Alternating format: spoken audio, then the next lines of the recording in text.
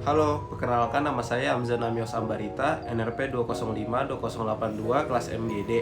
Kali ini saya akan menjelaskan mengenai konflik dan negosiasi. Di setiap kehidupan kita sehari-hari, kita pasti sering melihat antara konflik maupun negosiasi, baik itu dari level yang rendah maupun ke level yang tinggi.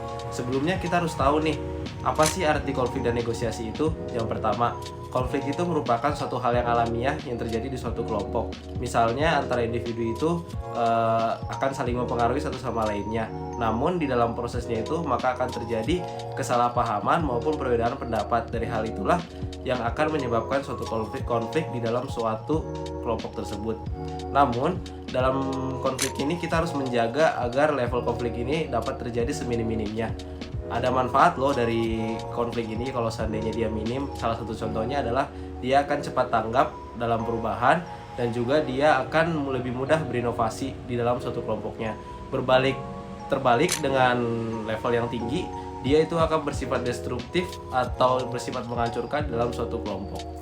Salah satu jenis konflik adalah relationship konflik.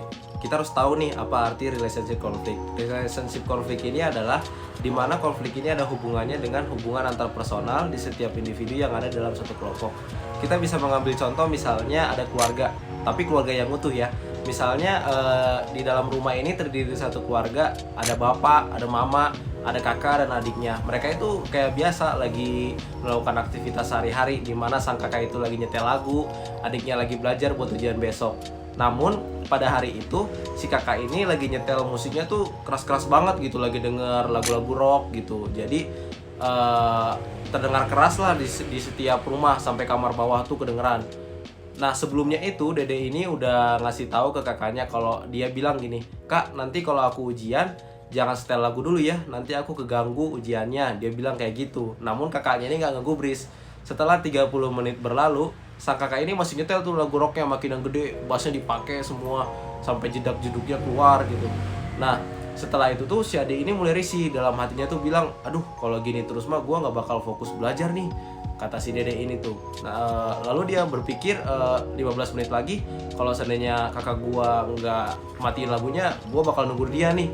Nah ternyata kebeneran nih, 15 menit lagi si kakaknya ini masih aja nyetel lagu yang keras-keras. Jadi tuh pas setelah itu si kakaknya mulai naik ke atas nih. Lalu dia tuh udah niat banget pengen marahin si kakak ini. Setelah dia nyampe kamar dia bilang, "Kak, matiin lagunya dong, kalau enggak aku bilang nih ke bapak atau mama biar kakak dimarahin. Soalnya kakak ini udah ganggu aku banget." Nah setelah itu barulah mereka damai dan si kakaknya juga menyetel lagunya dikit-dikit volumenya.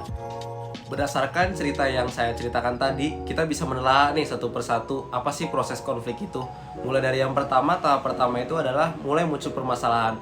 Seperti yang tadi yang sudah saya ceritakan, masalahnya itu mulai dari kakaknya nih yang sudah menyetel lagu keras-keras di dalam rumahnya sehingga mengganggu adiknya sedang belajar. Lalu tahap kedua itu di mana terjadi kognisi, di mana adiknya itu sudah mulai risih karena mendengarkan kakaknya itu menyetel lagu keras-keras yang mengganggu pembelajarannya. Lalu tahap ketiga itu di mana sang adik itu sudah memiliki niat di dalam pikirannya untuk menegur sang kakaknya, tapi belum melakukan upaya yang real. Lalu pada tahap keempat dia ini mulai melakukan upaya real nih sang adiknya, di mana diceritakan tadi kalau si adiknya itu pergi ke atas untuk ketemu kakaknya dan masuk ke kamarnya untuk menegur sang kakak agar mematikan lagunya. Lalu tahap terakhir dari tahap 4 tadi yaitu tahap resolusi konflik, di mana di sini sang adik itu melakukan ekspansi sumber daya ataupun perintah otoritatif dengan cara mengancam kakaknya dengan melapor ke orang tuanya, di mana dari orang tua ini yang akan menyuruh sang kakak untuk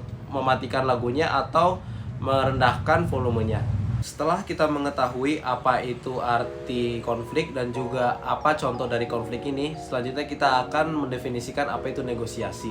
Negosiasi itu kita sering menemukan di kehidupan sehari-hari kita. Misalnya ada seorang ibu yang bernegosiasi dengan penjual, di mana dia itu bisa menawar harga kol dari 10.000 per kilo menjadi 2.000 per kilo. Itu misalnya contohnya.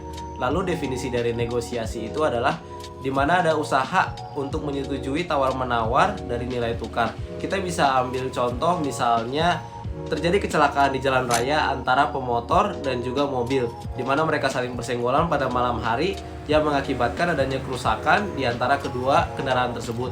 Lalu mereka menepi nih untuk saling bernegosiasi. Dalam negosiasi ini terdapat orang ketiga, di mana orang itu adalah saksi yang melihat mereka itu bertabrakan di jalan raya tadi. Orang ketiga ini bisa kita sebut pendamai. Setelah orang kedua dan pertama menceritakan bagaimana kronologinya dan juga bagaimana mereka tabrakannya, maka mereka akan melakukan tawar-menawar di dalam negosiasi tersebut. Setelah tawar-menawar itu beres, maka mereka akan menerima hasilnya, di mana hasil ini sesuai dengan artinya itu integrative bargaining, di mana integrative bargaining ini adalah suatu usaha negosiasi yang menghasilkan win-win atau menang dan menang di antara salah satu pihak dan tidak ada pihak yang merasa dirugikan.